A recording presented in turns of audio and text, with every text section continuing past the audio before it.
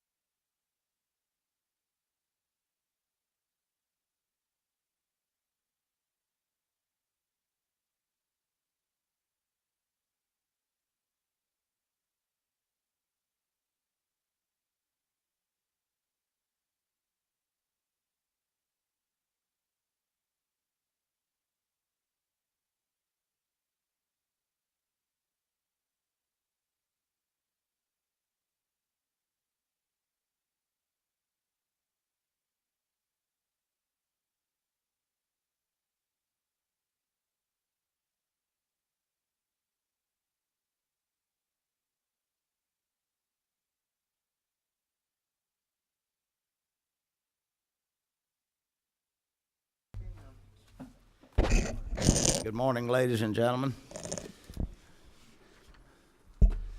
The House Governmental Affairs Elections Committee is meeting again this morning. We've had 2 days of robust testimony covering several hours. Before we start the process, I want to ask all the subcommittee members, again, in the subcommittee, this is only for the members of the subcommittee, to offer amendments and to speak on the bill itself in the process. I'm going to deviate. We've had 2 days of testimony, and there was testimony that somehow got dropped off because Representative Oliver wished to speak as a on the issue yesterday.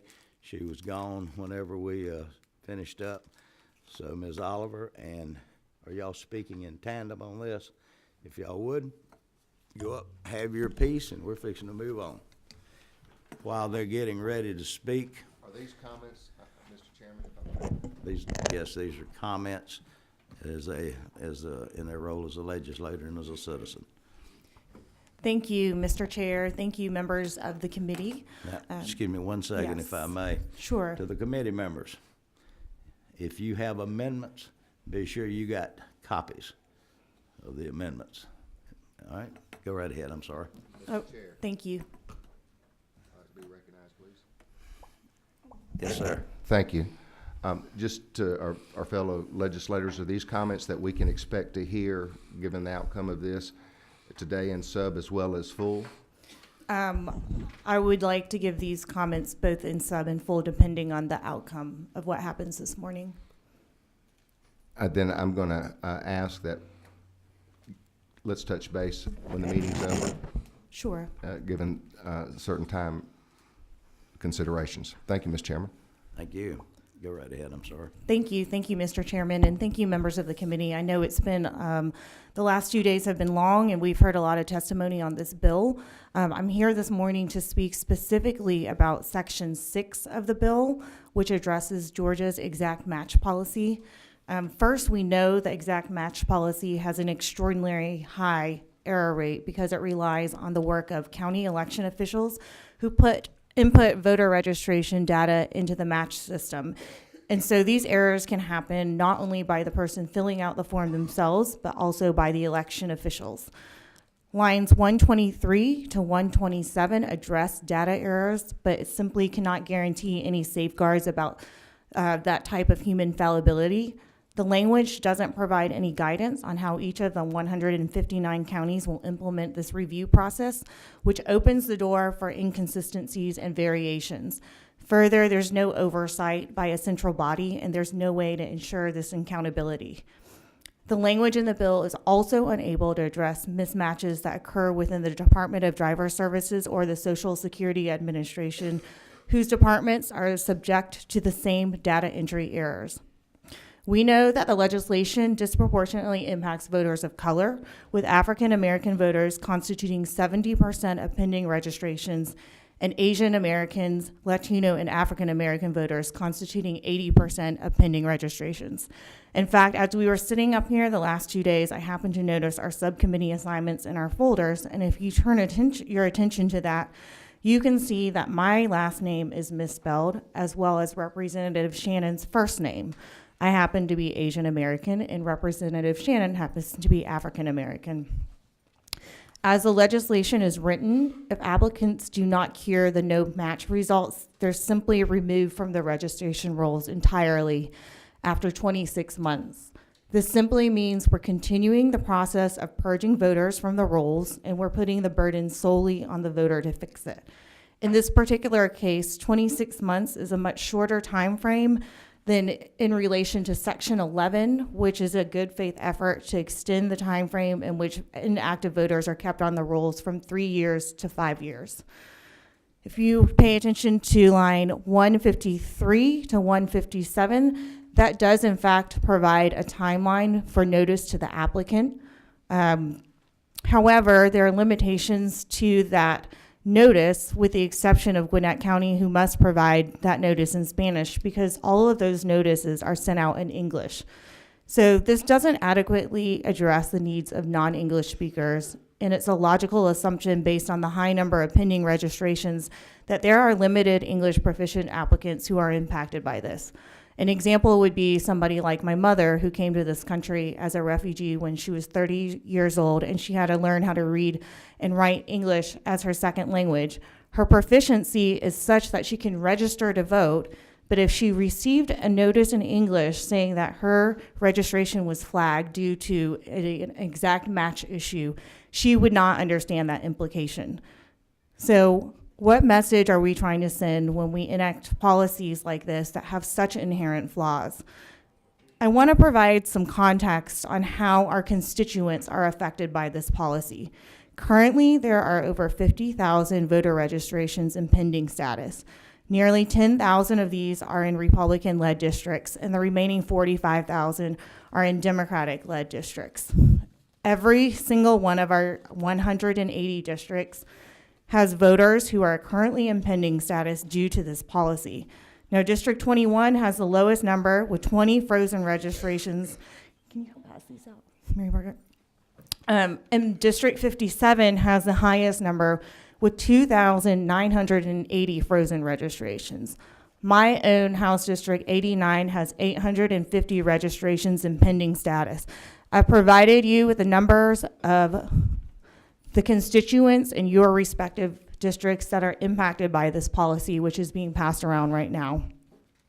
I also want to reiterate this point. Federal law does require that voter registration applications do match the acceptable forms of IDs, i.e. your driver's license or social security number. But what federal law does not require is that we freeze registrations that are flagged in this exact match system. This is where the problem comes in. If federal law does not require us to freeze these registrations that are in pending status, then why are we doing it? Why would we continue to place ourselves and why are we continuing to subject ourselves to this inherently flawed legislation that could potentially be ruled unconstitutional in the next 6 months? Why would we take a position that penalizes people who don't happen to vote in every single election? And why would we not be proactive about fixing this legislation while we have the opportunity to do so now in subcommittee, rather than waiting for the Secretary of State to settle yet another lawsuit? So what exactly are we doing with this policy? Are we just disenfranchising people because we believe they're not diligent enough? If that's the case, we should all really be concerned. I want to give you an example of what that means. I have a stack of my committee notices here, and my last name is spelled incorrectly. I submitted a form each time to my committees, spelling my last name correctly. I know how to spell my last name, but here are 4 different instances in different committees where my last name is spelled incorrectly. And this is due to human error. It's simply because my name is non-Anglo and is unfamiliar to most people. For most people, our brains are just not trained to put this combination of letters in this particular order. So the N-G-U-Y-E-N, they're switched all the time. It's because when any person looks at it, it doesn't make sense if you are not a Vietnamese speaker. And so this is what we mean by human fallacy.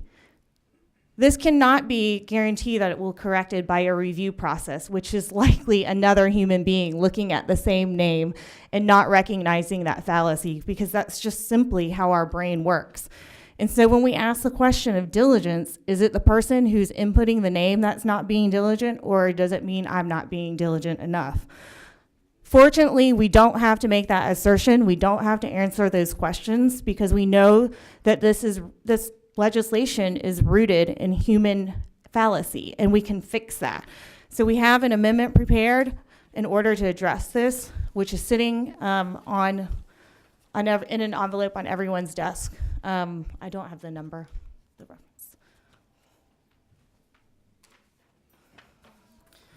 which is AM 281674.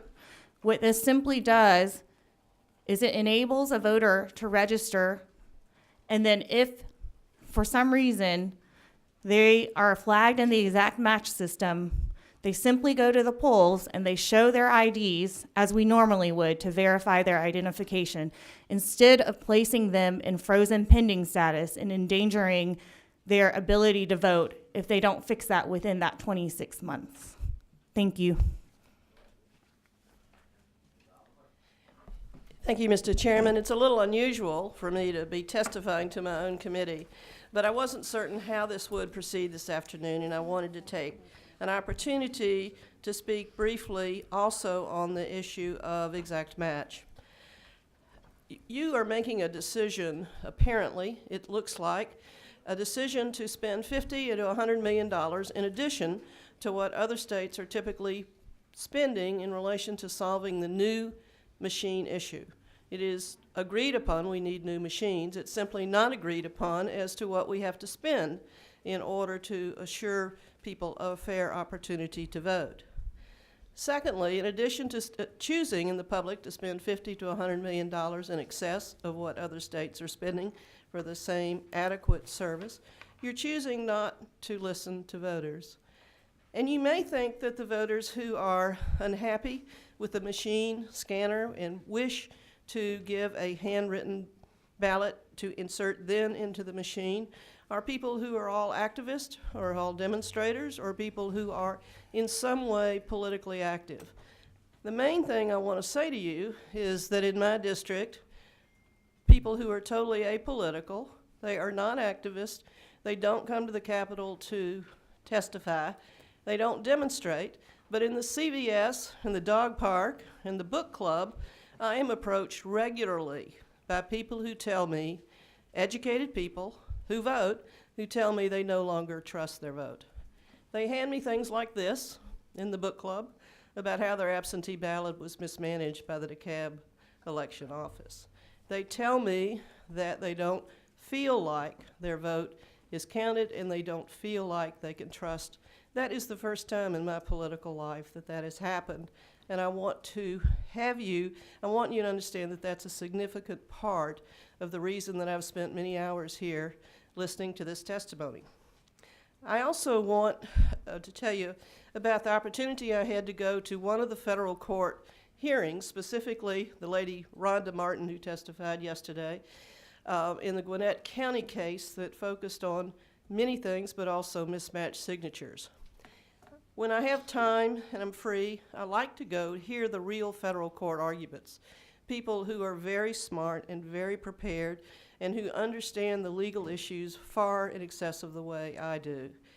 And for 2 hours, I listened to the argument about mismatched signature. I do not believe there's any court in the United States of America that has upheld a standard of throwing out signatures based on failure to have an exact match. Judge Lee May, in the court hearing I heard, said fairly early in the first hour, she said, I don't remember what my signature looked like when I registered to vote at age 18. I think she's probably a lady, maybe middle-aged. I think that was a sincere and authentic view of an independent federal judge who across the United States is setting aside the requirement of an exact match. The amendment that will be discussed, I hope. I ask for your favorable consideration. I think it will go a long way towards dealing with an issue that the courts are not able to sustain and not able to approve.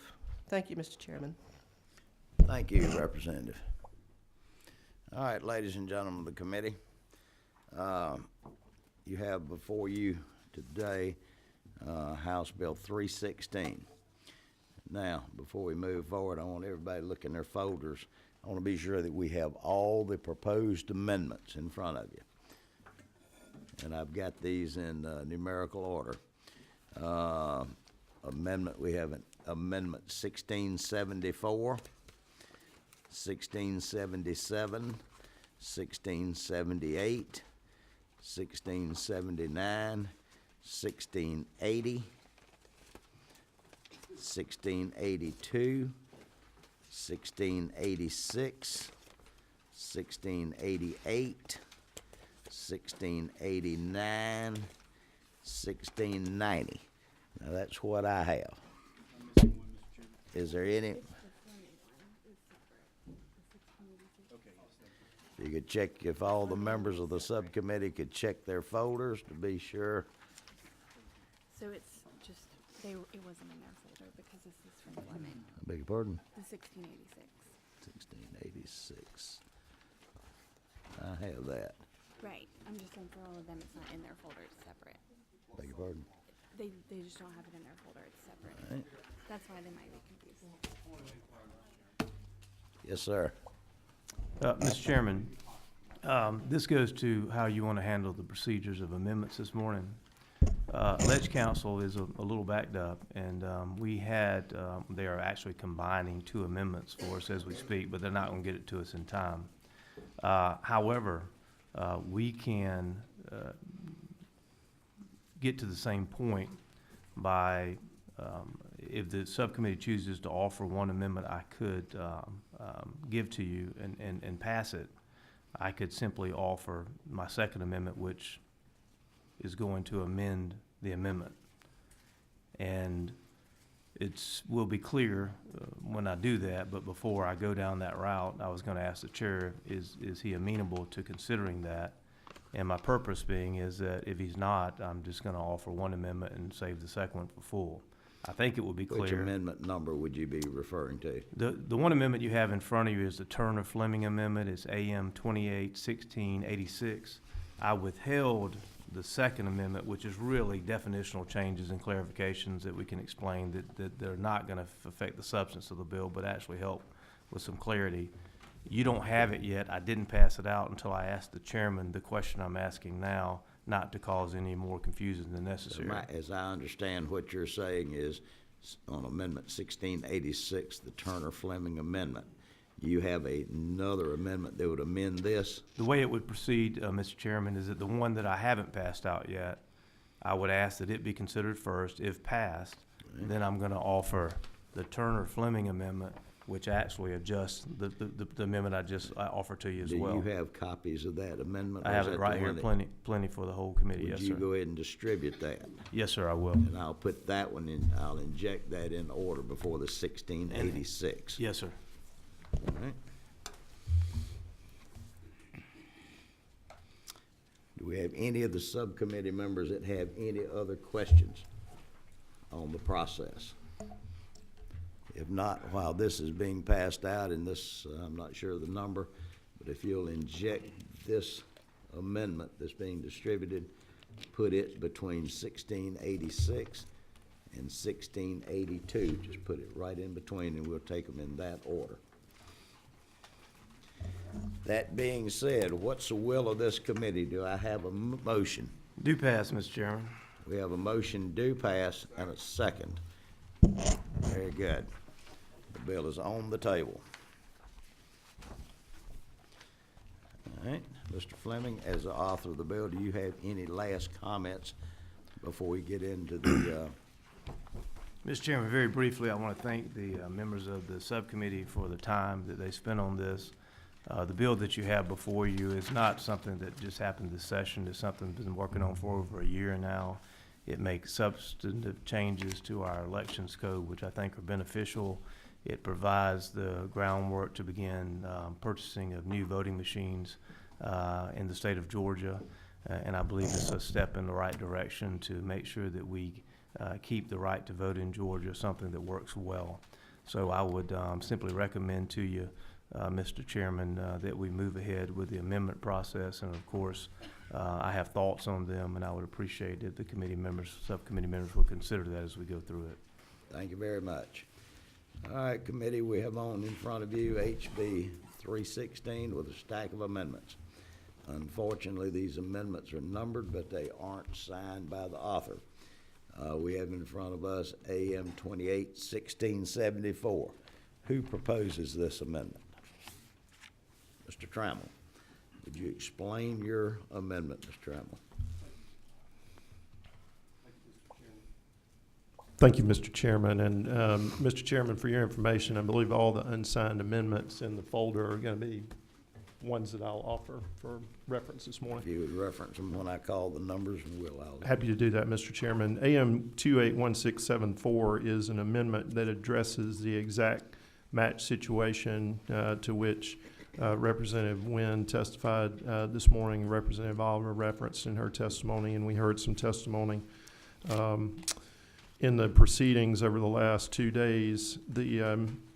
Essentially what this does is it changes so that when a voter submits a registration form, that registration form is not flagged or suspended or marked as pending due to its failure to match information in the Department of Driver Services database. And then the voter, so it is processed as the voter is registered, but the right to vote is subject to presentment of proper valid identification as described in lines 47 through 62 of the amendment. So basically, in other words, a person attempts to register, and the registration is processed, not held, but their right to vote is subject to the presentment of valid government identification as already prescribed by this legislature, and that's the amendment. All right. Do we have any other member that wishes to address this amendment? I do, Mr. The Chairman. author? Thank you, Mr. Chairman. The Minority Leader's Amendment touches on several different sections in the bill. I think the main portion of his amendment, which is relevant or does the most change, is section 24, lines 24 through lines 33. I've actually had a chance to read over that portion of his amendment. I think he actually makes a good change there, and I'm happy to support it. And that deals with our Help America Vote Act HAVA process, where we're required by federal law to verify people's information when they sign up. I do disagree with the other portions of the amendment. I think on page 2 of the amendment, he is actually probably pushing us past what federal law requires us to do with some of the ID portions he has there. We already have that in our code section. It's quite adequate, and what we have already complies with federal law. I think on the page 3 of the amendment where he makes some changes there, we have in our process through our driver services check, which we have to do, that's how we verify citizenship in Georgia for the most part. And he would change that. And I don't think that's a good change that this committee would want to make. So, Mr. Chairman, if I understand the posture of the committee and the amendment, it is on the table. I assume it has been moved and seconded. I would offer an amendment to the amendment. I would accept lines 24 through 33 on page 1, which basically institutes a new subsection B under that code section, which is on line 6, 21-2-220-1. And if Ledge Council understands what I am doing there, he's shaking his head, he does, I would offer an amendment to the amendment and ask for one of my committee members to second that. All right, the move that we need is I need a motion to pass this amendment and then a secondary motion to amend. You're talking about Mr. Tramble wants Mr. to move Tramble. his amendment. Your amendment is on the table. You move? All right. Motion to amend. Motion to amend, Mr. Chairman. I would accept lines 24 through 33 of his amendment, which is replacing subsection B, which is enumerated on line 6, 21-2-220-1. And I think Ledge Council has got what I'm doing there. Correct, Ledge Council? I would offer that as a substitute. One more change on the second page? Where? Right here.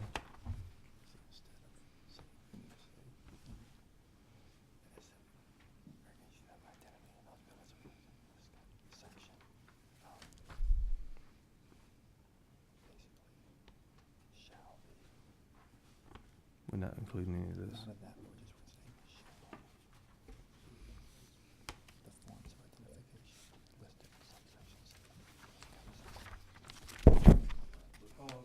To accept, Mr. Chairman, a portion of the Minority Leader's Amendment. Council instructs me, if we're going to accept that, then we have to clarify something on line 46. And if the chair would allow me, I would show you that clarification. On line 46, after the word section, you would strike the rest of that sentence, and you would add this. shall be the forms of identification listed in subsection C of Code Section 21-2-417.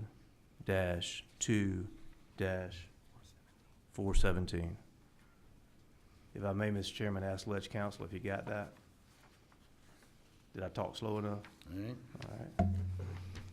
So my substitute amendment would be, Mr. Chairman, the portions I identified on page 1, and then that addition on page 2. All right, go over page 1. I want to be sure I've got this exactly right. My substitute amendment, Mr. Chairman, would be to accept the changes on line 24, beginning with the term "in the event," All right, all the way through down line 33, where right. it says "local election period." I'm taking that portion of the minority leader's change, and that's on page 1, and of course what I put on page 2 as well. And I can repeat that if the chair needs me to. but you're also wanting to strike lines 34, restore that language back that he has stricken down to the change on line 46? Yes, sir. The only verbiage in my substitute amendment would be to strike the current subsection B, which begins on line 18 of your bill, of your amendment. Substitute that language, which I just enumerated on lines 24 through lines 33, and allow it to, a new C you had it to be.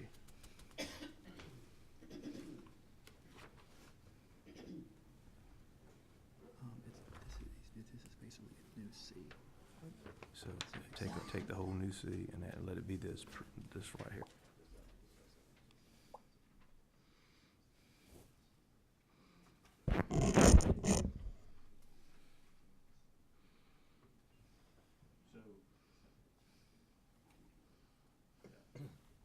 So, and then on the second page, Mr. Chairman, we're accepting the striking that the minority leader's amendment puts in on lines 34 through line 44. And then you change that last sentence, as I indicated earlier, and I'll read it one more time. So beginning on line 44, subsection C would now read, "Proof of the applicant's identity and eligibility to vote is set forth in subsection B of this code section shall be the forms of identification listed in subsection C of code section 21-2-417. All right, Ledge Council gave me the nod. all right, and from 47 down, strike the rest of this language? Nothing else included in my substitute. That's correct, Mr. So Chairman. just change, so that from 47 down will be stricken, That would not the be in my amendment. substitute, correct. all right? Yeah. Do we have any discussion? Any of the committee members, any discussion on the amendment to the amendment?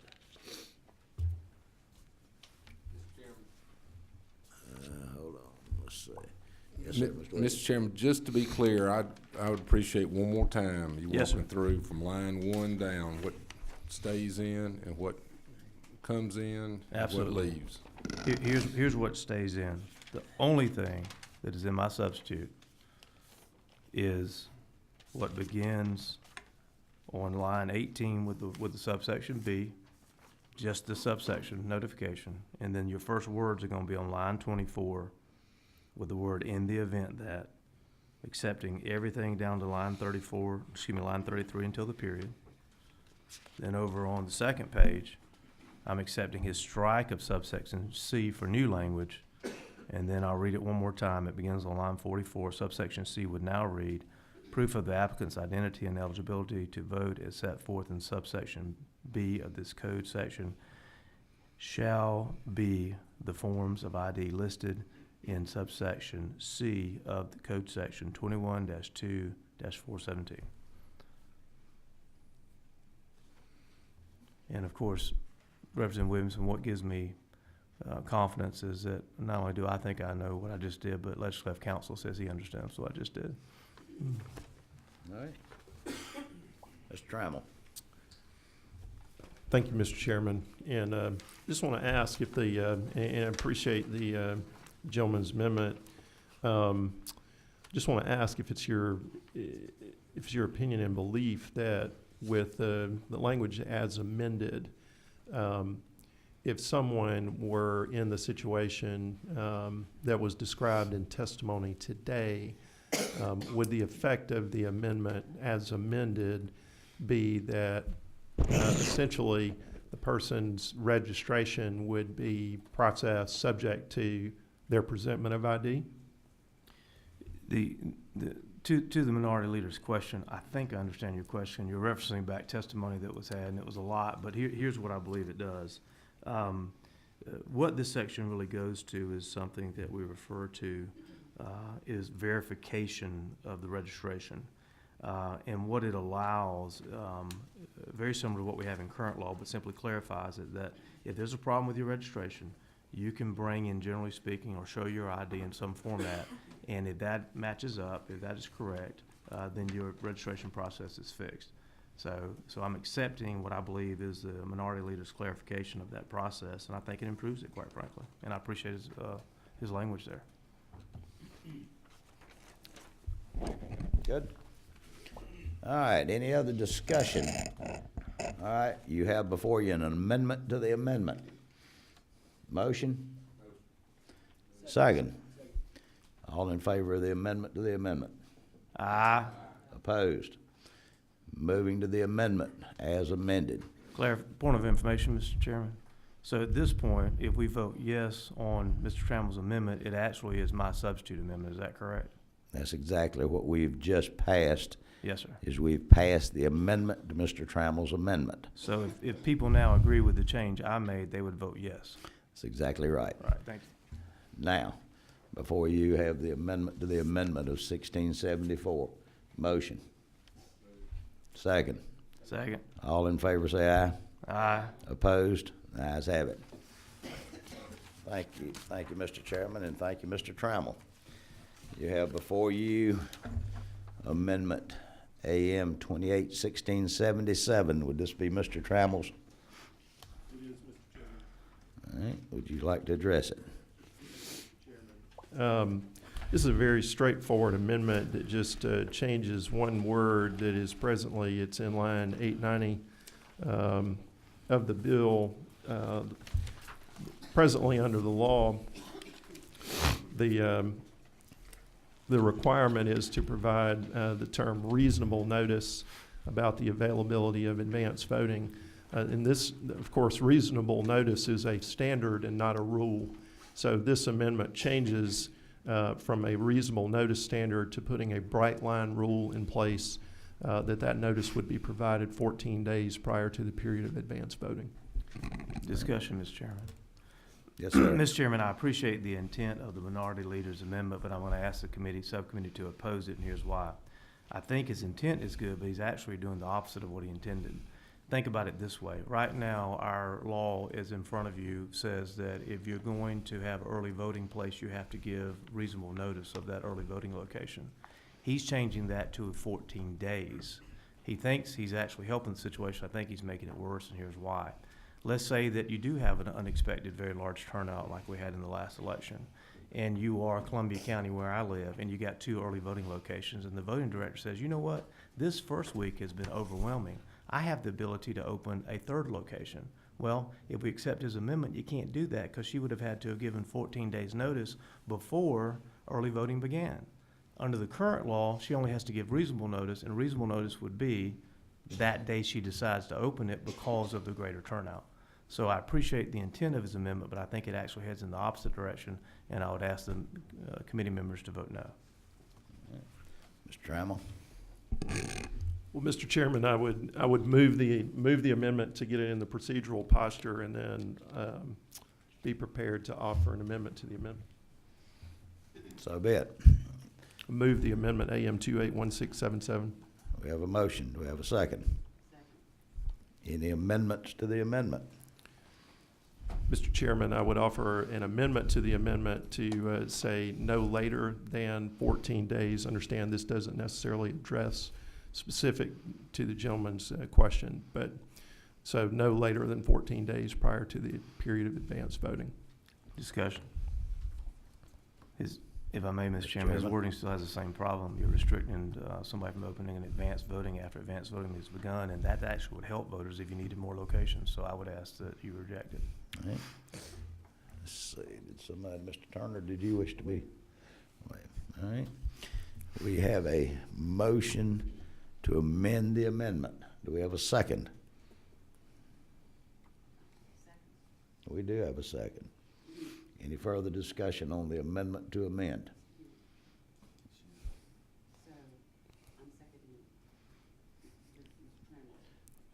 You're seconding his amendment to the amendment. All right. Any further questions? Is that what you want to do? She don't want to do that. She does or doesn't? Ask her. You turn, what's your number over there, please?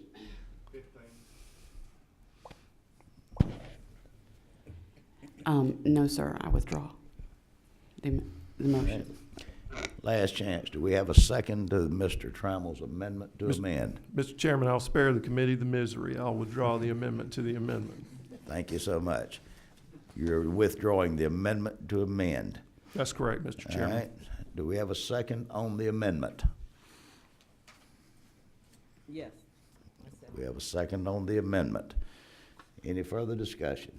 If I may, Mr. Chairman, once again, I'd ask for the That committee means to we're vote. back to the original posture of the amendment, Correct. AM 28-1677. I would simply ask my committee members to vote no, because although I think the intent's well, but he's going in the opposite direction that he means to. All in favor, say aye. Aye. Opposed? No. No, I think the noes have that one. All right.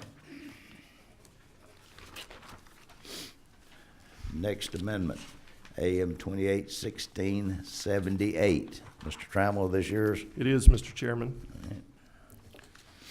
Mr. Chairman, this replaces language. There's language in the bill at lines 901 to 918 regarding the process for what happens when an absentee ballot is rejected.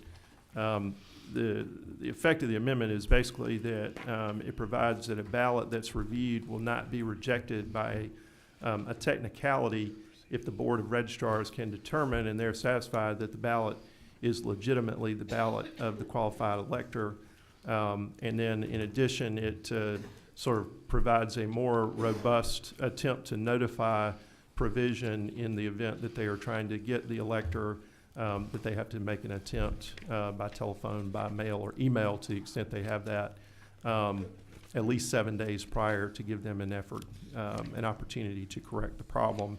And then the final part of the amendment at lines 19 through 21 in the final sentence is that they're not going to reject absentee ballots based on the usage of outdated forms for absentee ballots that would be used by the Board of Elections. All right. Mr. Fleming. Discussion, Mr. Chairman, thank you. Members of the subcommittee, once again, I appreciate what I think the minority leader is trying to do, but I don't think the effort is effective, and I would ask you to vote no on it, and here's why. This really goes to the issue of problems with absentee ballots coming in and trying to cure a mistake or a problem. In the bill itself, we have a process now that we're setting up where you do that, where if an absentee ballot comes in with a problem, you notify the voter and you try to get that corrected so their vote counts. If you look on line 16 of the bill, you'll see the words there at the end, shall be allowed at least 7 days to correct such problem. Well, the problem with that is an absentee ballot can come in on the day of the election. Under this procedure, you then got to send a contact to the absentee ballot voter, and he also uses in the term email, which some voters don't have it, and also we don't keep those kinds of records right now. And then you've got to wait 7 days after they get that contact. So now we're put out counting absentee ballots potentially, you can add up your days, maybe even 14 days after the election has occurred. So we do have a reasonable process in the bill currently. This takes it out too far, and now you would have maybe 14 days before you could certify the results of an election. And after that, we're putting in an audit process on top of that. So even though I agree with the intent, I think we cover it well in the bill already, and I would ask you to vote no. Mr. Trammell. Mr. Chairman, if I may respond. So, you know, this isn't a complicated problem. Somebody sends in an absentee ballot and it gets rejected. And the question is, what happens there? And the language in the amendment simply provides a voter-friendly mechanism of resolving their effort to exercise their right to vote. While I appreciate the language that's in the bill itself, you know, there is nothing that prevents the rejection of an absentee ballot for a mere technicality. And this just provides the amendment seeks to provide a more voter-friendly process to make sure that their effort to exercise their right to vote and cast a lawful absentee ballot, that the government burden that we impose upon that voter is as minimal as possible. And I would, Right. Mr. Chairman, for the procedural posture, I would move AM 281678. We have a motion, we have a second. Do we have any other discussion? No member wishes to discuss. No amendments to the amendment. If not, all in favor, say aye. Opposed? No. Noes have it. Moving on, AM 281679. Again, Mr. Trammell. Mr. Chairman, this amendment, I think, has been superseded by the initial amendment that this committee adopted. It deals with the same line numbers, so. So you're we're not offer withdrawing? that. Withdraw that amendment, Mr. Chairman. Thank you. All right, AM 281680. Mr. Trammell. Thank you, Mr. Chairman. This is a simple notification provision at the end of line 1060 that simply says that a notice would be placed that there is voter assistance available if a voter needs assistance in each polling place. Discussion, Mr. Chairman. Discussion. Mr. Chairman, I'm fine with that amendment, and I'd be happy to second it. I think it adds some clarification to the polling place and notifications. I don't have a problem with it at all. Any questions from any of the committee members? Yes, sir, Mr. Williamson. So I support this concept as well, but wouldn't we need clarity in the language about what kind of posting should be at each polling place? That's a good, size? if I may, Mr. Chairman, that's a good Font, question. But everything. what you have is, as you know, quite often in the code, we set broad outlines, and then So the agencies set the details, and your State Board of Elections can promulgate regulations to help the counties to know how to exactly do that. Okay, thank you. Good question. Mr. Rogers. Yes, thank you. To the author of the amendment, who is eligible to be assisted? Mr. Chairman, that's provided in the bill itself. This doesn't make any change to that. Yeah, I understand, but what is your interpretation of who is allowed to be assisted? Blind, disabled, illiterate is basically what it amounts to, Mr. Chairman, if I may. So just someone could say, can you help me look at this ballot? Blind, disabled, illiterate. Okay, good enough. Any other questions from any of the committee members? We have an amendment of Mr. Trammell and Mr. Fleming now. Isn't that a rarity? Like, Working together, Mr. Yes. Chairman, working together. Bipartisanship, Mr. amen, Chairman. Amen. We have a motion and a second. Any discussion? All in favor say aye. Aye. Ayes clearly have it. You have before you AM 281682. Mr. Trammell. Thank you, Mr. Chairman. AM 281682 provides some definition of a ballot scanner, but the effect of the amendment, Mr. Chairman, in its most concise form is that it would provide a limitation on electronic ballot marking devices so that the devices would tabulate votes using only human-readable marks on the ballot and not by the use of bar marks or other coding. And that is the effect of the amendment. I know we had a lot of testimony. Members may have different positions on that, but this would simply provide that for ballot marking devices that technology not use something to read the voters' intent when they cast a ballot other than the mark that is an indication of who they're voting for that's human readable. So you can pick up the ballot, you can look to see that you're voting for candidate A or candidate B, and that's what the machine looks to recognize, and not some mark that you cannot recognize without the use of an external machine or equipment. Discussion. Discussion, Mr. Chairman, if I may. In this process that we are about to go through of having several different vendors out there, 8, 9, 7, depending on how you count them, who offer different equipment and types of equipment to the Secretary of State's office when they go through the RFP process.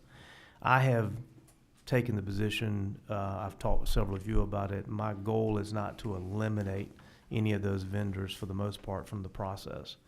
Unfortunately, I think that's what Mr. Trammell's amendment does in this instance. I kind of like the idea of some of the vendors who have what is called human readable ballots. That may be very well where our Secretary of State goes.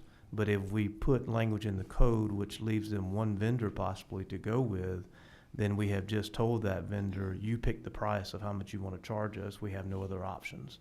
So that thought process of keeping the options open to the different kind of machines and going through an RFP process would be defeated if you accept this amendment. So I would ask you to vote no. Mr. Chairman, if I Yes. So there are two fundamental core questions about the voting machine component of this legislation. The first is whether we are going to do a ballot marking device in the first place as opposed to a hand-marked paper ballot. That topic is not addressed by this amendment. The second question assumes that to the extent that we go in the direction of an electronic ballot marking device, are we as a General Assembly going to permit or authorize what is the actual ballot that is read? Is it what the voter has marked, or is it some inscrutable code, barcode that is on the ballot that no one can look at and determine? And fundamentally, with all due respect to the RFP process, that is not the type of determination that is appropriate for the RFP. That is a determination that is appropriate for this General Assembly. We have to decide whether we are going to do a human readable form or whether we're going to permit a barcode. And the reality is, I mean, I've heard a lot of things about one vendor versus multiple vendors, but let me tell you what I understand about government procurement in my limited experience. You put the RFP out there and the vendors will be there to meet whatever specs you put in the RFP. And this is the opportunity for us to take and make law about what kind of process we want. It will improve transparency. Voters will have confidence in that process. So predominating the discussion about hand mark versus ballot marking devices, this amendment gets to the fundamental philosophical question that if we're going in the direction of ballot marking devices, do we want to have a system that voters have maximum confidence in because they can say they're reading my ballot and not some other piece of coding, or whether we're going to go in the direction where we say, well, we'll just leave it up to the vendors and we're okay with whatever comes out on the end. Thank you, Mr. Chairman. And I would move AM 281682 for procedural purpose of getting this on the table. All right, we have a motion. Mr. Turner. It's my understanding there are multiple vendors who can read the marks on the ballot without a barcode. Would you agree with that, Mr. Chairman? I'm aware of one. I'm aware of two. So I understand the nature of the concern, but I also am aware of promises made by vendors throughout this process who've said that whatever we want to do, they'll do. So while I appreciate that, I'm going to be voting for this amendment because I think it's important that the folks have confidence in what they're actually submitting into the machine. Discussion, Mr. Chairman. Yes. If I were going to support the concept of narrowing this to one, maybe two vendors through the RFP process, I would perfect the language attempt to, over time, perfect the language in the minority leader's amendment. If you look on lines 4, at the end it says using the human readable marks. Now, when I fill out the kind of hand pencil mark ballot that the other side is advocating, it'll have Barry Fleming's name on there. But that's not what the machine is reading. It's reading a penciled in oval. Does his language exclude a pencil marked ballot? I would say that it needs a lot more work if you were going to go that direction of excluding some of the vendors at this point. Brad Raffensperger is now our Secretary of State. He's on top of this issue. I have confidence in him and his staff that they will bring to us a good voting machine. And if we tie their hands right now by limiting to what I think, and I know you think 2, maybe it will be 2 by then, but 1 vendor, it's simply not the right way to dictate the process going forward. I like the intent. I think there's flaws in the wording that would need to be changed if you're going to pass it, so I wouldn't suggest you pass it for that reason. But I also would say that it's not the direction we want to go, because we do want to have a true RFP competitive process and not let one vendor potentially know that they are our only supplier. All right. Anybody else have any commentary they wish to add to this? Mr. Trammell. Mr. Chairman, I won't belabor the point, but I mean, human readable is a perfectly understandable standard. It's what we've done for years. When I vote in my local municipal election, the way they count it is a human readable mark. That's whether I bubbled in for the mayor or, for the mayor's opponent. And that's all this says, rather than looking at something and looking at a technology where you're looking at a barcode. So this is a fundamental philosophical question. And where you lay down on this is going to be the way. Apparently, this is the direction that the bill seems to be taking in favor of ballot marking devices. This is the way we're going to vote for the next 20, 25 years. And it's an important question, so I appreciate the committee's consideration. Final comment, Mr. Chairman. Yes, sir. I think Mr. Trammell's point is surely lawyers would never argue about what that means. I'm going to disagree with him on that. All right, we have a motion. Do we have a second on this amendment? We have a motion and a second. All in favor say aye. Aye. Opposed? No. We call for division, Mr. Chairman. All in favor, raise your hand. 2, 3, 4. Opposed?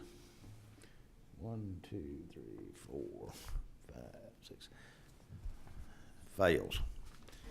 And I would recommend that, since the author says that if this could be perfected, you'll have another shot at this in the full committee.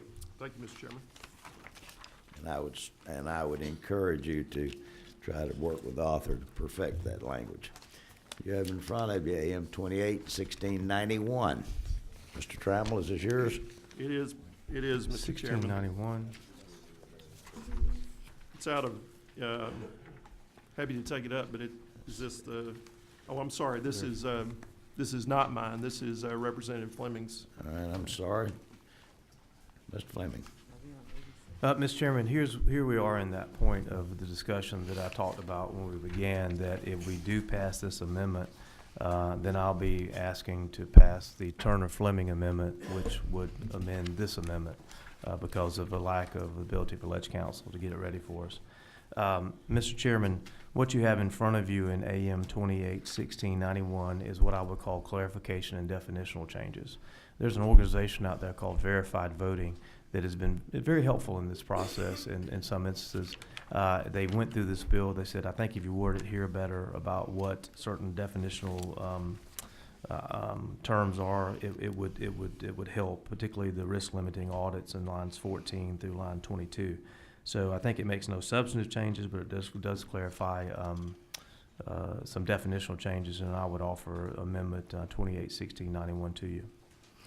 All right, if I understand right, if the subcommittee passes AM 28-1691, then AM 28-1686 will be offered, Mr. Chairman, to substitute what on the amendment you have in front of you would be subsection E when it comes to risk limiting audits. That further amendment would be one that Representative Turner and I That have further worked on. clarifies. That's right.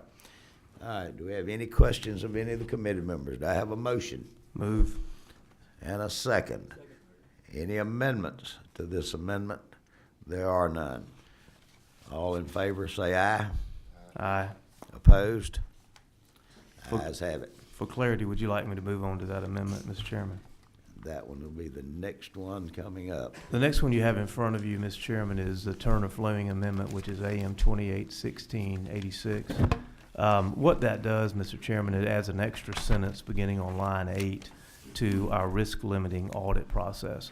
And just for summary purposes, we are requiring in this bill an audit be done so that you verify the voting on a precinct, possibly by precinct basis in one county or more, or in each county, one precinct. There is something that goes even beyond what we would call a normal audit. It's referred to as a risk limiting audit.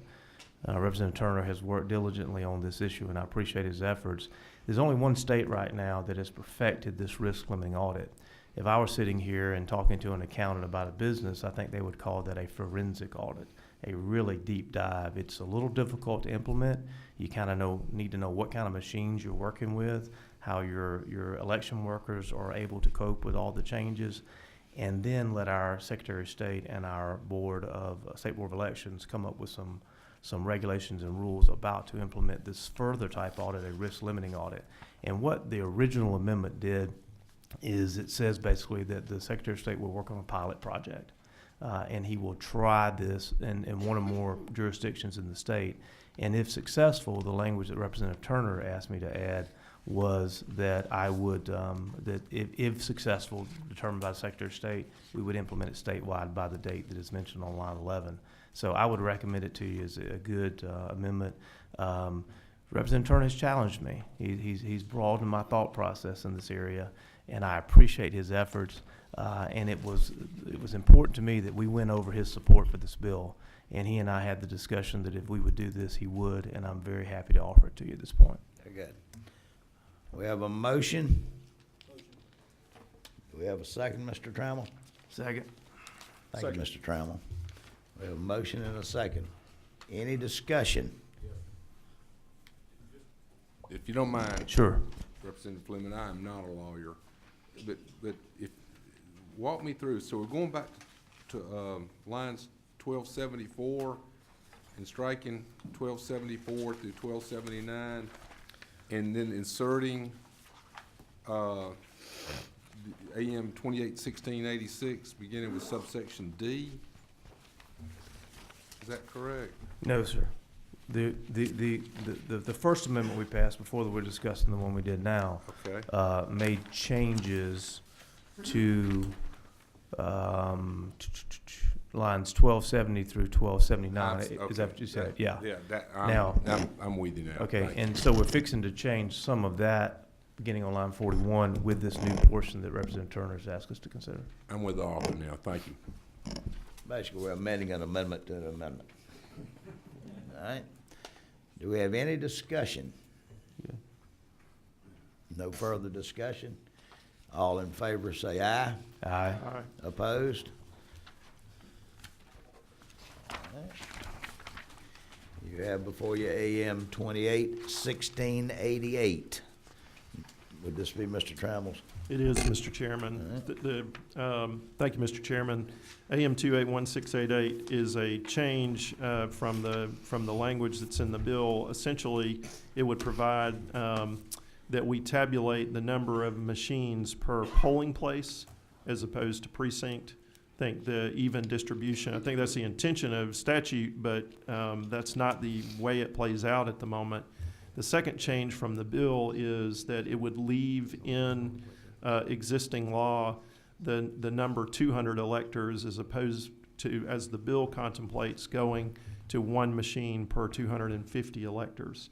So it would change precinct to polling place and change 250 to 200, which is, again, the 200 electors is existing law. The bill contemplates that change to 250, but obviously the intention of the bill is to, the intention of the amendment is to get one machine per precinct per 200 voters. So we have an even distribution. We avoid the line problems. I think that is an improvement in existing law with respect to the distribution of the machines. Discussion, Mr. Chairman. Yes. Mr. Chairman, once again, while I appreciate the intent of the minority leader, I'm going to ask you to oppose this amendment, and I'll explain to you why.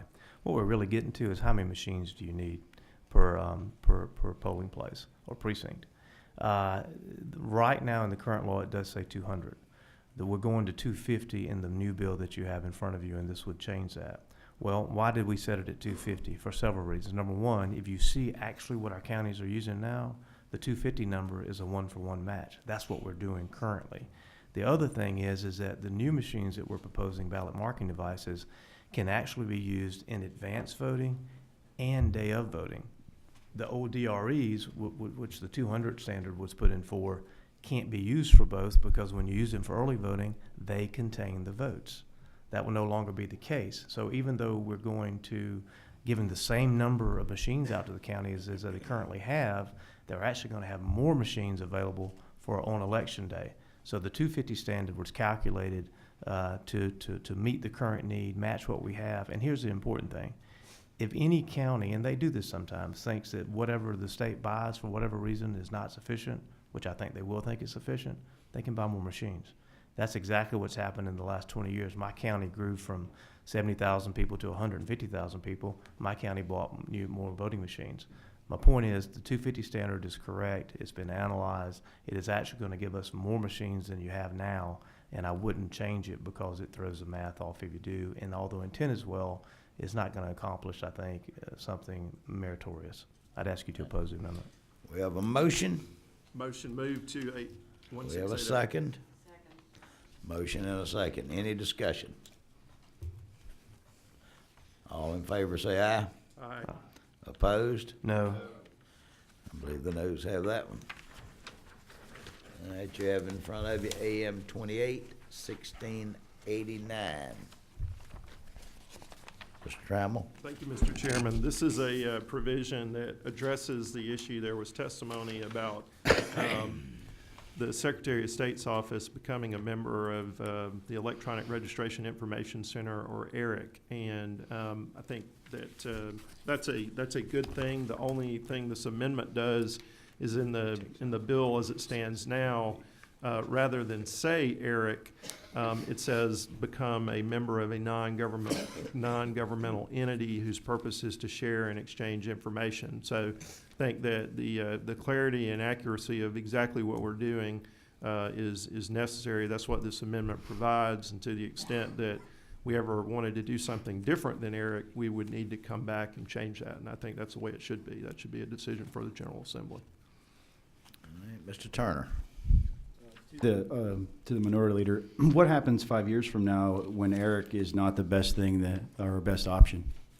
That's a question that I think has to come back for the General Assembly. So why not just leave the Secretary of State the flexibility to pick whatever is the best option at the time? If with the intent, the legislature is instructing him through the bill to be part of this program like this, why tie his hands on this particular issue and let him decide if there's something better or superior, or if his office decides that? Because I think fundamentally that is a policy determination for the General Assembly, and we all agree. I think there is universal agreement on the ERIC process being a good process. I think that some amorphous future process may not be universal agreement about that, and that's the reason. Discussion, Mr. Chairman. If I could, just real quick, I agree that it would be a policy for the General Assembly, which I think this bill contemplates that and gives instructions to the Secretary of State's office to participate in that as a policy. I'm hesitant to spell out exactly which program he has to be part of. All right. Discussion, if I Mr. may, Turner? Mr. Chairman. Yes, sir. Mr. Fleming? I agree with Representative Turner's sentiments here, and taking even a step further. What if ERIC changes its name in the middle of the year? Things like that happen all the time. We've now got something in our code section. The organization changes their name. Are we complying with the code, or are we not? To Representative Trammell's point, yes, a future legislature could set different policy. We can always come back and say you can't use ERIC anymore if we thought needed. Here's one more important point that's hidden in here that I want you to understand why I want you to oppose this amendment. The states run the elections, not the federal government. Mr. Trammell will be striking language in the bill if he does this that indicates this cannot be a federal government-run organization that we are forced to join. That's in the current bill. It would be stricken from this. If the federal government ran an organization, and we would be in our code section getting rid of our prohibition from belonging to that. If we have to comply with federal laws, but we don't want to be forced into something that they're doing because I believe the states run the elections. The flexibility that we need is in the current bill. The Secretary of State has already indicated to you he's going to join ERIC. I don't think the amendment is necessary, but it would tie our hands unnecessarily. Mr. Chairman, Yes, sir. if I might speak, I think Representative Fleming made 2 points. The one about the federal government, the language being in there about we couldn't belong to the federal government, that's not necessary. That's only necessary because we're not specifying what entity, non-governmental entity, the Secretary of State is joining. So it's moot. It's mooted by the amendment because we're saying you can only join ERIC. So you don't have to have language that you're referencing that is stricken by the amendment. The second point I would make, Mr. Chairman, you and I both serve on the Motor Vehicles Committee, and as you know, every year we do these bills where we come up and we reauthorize on a yearly basis to make sure that we are compliant with the Department of Transportation regulations. So the thing about the name change on ERIC, I mean, that is simply not that big a deal. If they change their name, we come back, we get it right in the code. And I would move AM 281689. We have a motion. Do we have a second? Second. Do we have any further discussion from any of the committee members? If there is none, all in favor say aye. Aye. Opposed? No. Those have it. And by my calculations, last but not least, AM 281690. This, Mr. Trammell, is this yours? It is, Mr. Chairman, and thank you. This makes a change in the definitional section of the existing code, which is at lines 49 and 52, to change the definition of official ballot to mean a paper ballot, which is furnished by the superintendent or governing authority. Mr. Chairman, I would note that this is somewhat consistent with an amendment that we just adopted, which changes what the official ballot is, but it doesn't change the definitional section, and I would just offer that to the committee. Discussion, Mr. Chairman. Yes, sir. Mr. Chairman, the minority leader hit on the point I was going to make. We've already addressed, I believe, the concerns in his amendment in the verified voting amendment that we passed in lines 7 through 11. That was AM 281691. So I think we've already accomplished what he was hoping to accomplish, and we avoided, I think, an unintended consequences that I don't think he intended, but I believe his amendment, had we adopted, would have done, and that's this. This voting machine, new one that we're going to purchase, is going to be implemented over time. There will likely be special election and county elections where the DRE will still need to be used this year. And my fear is that his amendment unintentionally would have said you can't use those DREs this year. The definition that we already changed, I think, also accomplished what he wanted, so I'd ask you to oppose the amendment. Mr. Chairman, if I might, appreciate the representative's perspective, and there is I mean, essentially what we've done with the effect of if we pass a bill in AM 281691, the language that we've set up dueling definitions of official ballot, which would be a conflict in the law. The amendment attempts to address that, and to the extent that there is a necessity for effective date language, that's something that I would certainly be willing to work with the author on in terms of getting that right. But frankly, that is something that in the interest is Representative Fleming indicated, Legislative Council is sort of slammed and crushed at the moment, and reconciling the effective date language on this was something that was more time consuming than they had time for. But I do think this is a good necessary change so that we do not have a contradiction in the law about what official ballot is, and that is I would move AM 281690. We have a motion. We have a second. Any further discussion from any of the committee members? No discussion? All in favor say aye. Aye. Opposed? No. Those clearly have that one. Now, is there any other amendments that anyone wants to bring forth that hasn't been filed? If not, the posture that we're in, House Bill 316, the amendments have been read. Is it the will of this committee that we pass this as a committee substitute or as an amended bill? Committee What's the will substitute, of the Mr. committee? Chairman. I move do pass as committee substitute. We have a motion, do pass as a committee substitute. We have a second. We have any further discussion? One final thought, Mr. Chairman. Yes, sir. Once again, thank you for all the hard work that went into this. Particularly, thank you for Representative Turner, because I know this is an issue that's big to him. I thank him for his support, particularly in perfecting this bill, and all of you, and I'd ask for your favorable consideration. Mr. Turner. Last night, I received a letter from my elections director, and I forwarded on to Chairman Fleming this morning. And we only had a brief minute to discuss it. That has had an impact on me, and that not only that, but I also took some time to do some additional reading of materials I had not had an opportunity to read beforehand. I would like just a little bit more time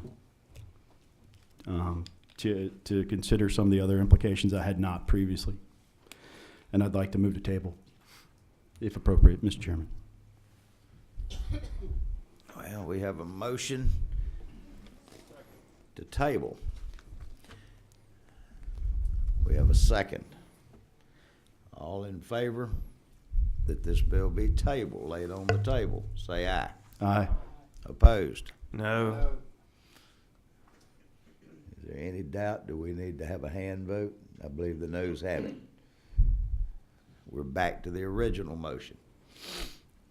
As a do pass by committee substitute. Any further discussion? Mr. Trammell.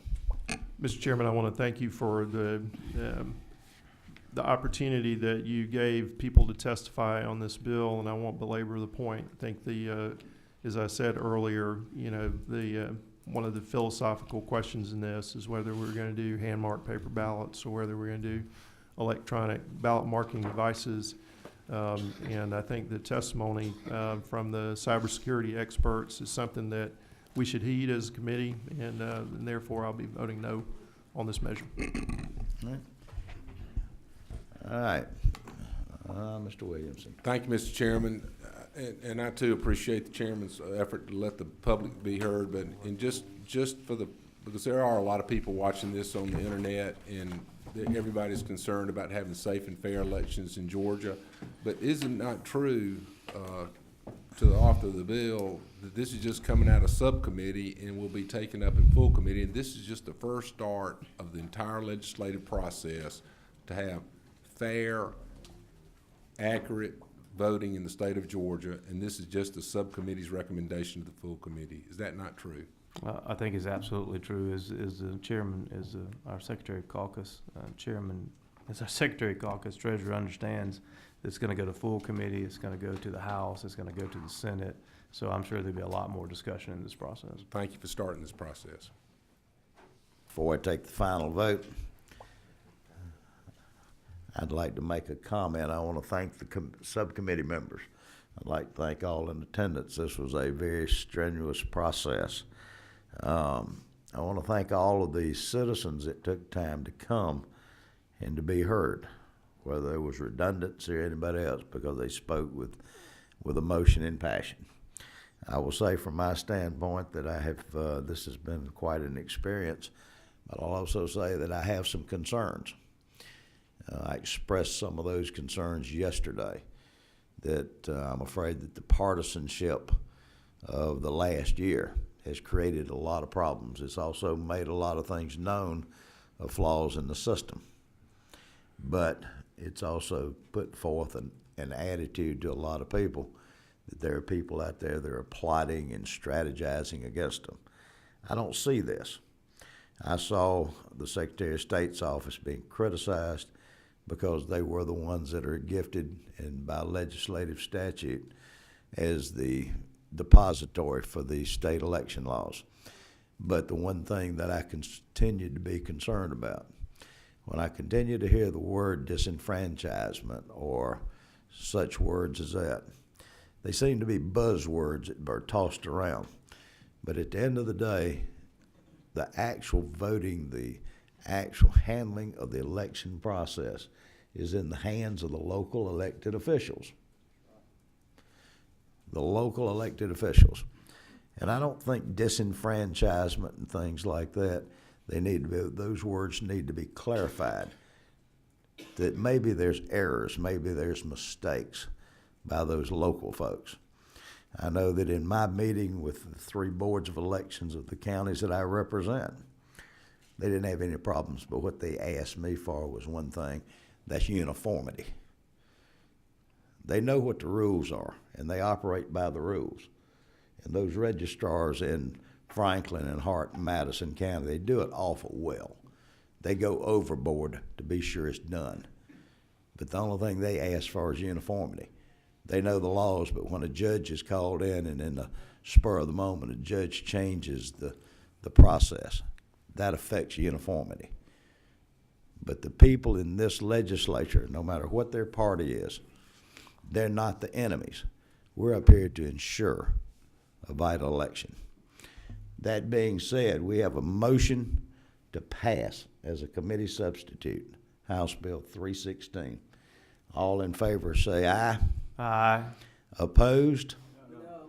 And the ayes have it, and I would encourage you to work with the author to clarify a couple of the amendments that y'all had. Thank you, ladies and, I'm sorry. Chairman Reinders wishes to make an announcement. Thank you, Mr. Chairman, and I appreciate the hard work you and the subcommittee have done on this. More on that later. I want to announce that there will be a full governmental affairs meeting today at 3 o'clock in room 341 of the Capitol. We will let you know what the agenda is as soon as we possibly can. I do want to make a couple reminders pursuant to our rules, and that is any amendments must be given in advance, 2 hours at least. I ask that those amendments be drawn up by Legislative Council and given to Chairman Fleming as it relates to 316. And with that, Mr. Chairman, thank you. If there's no other questions, if none of the other members have anything to say, then this meeting is over with for the day. Thank you, ladies and gentlemen.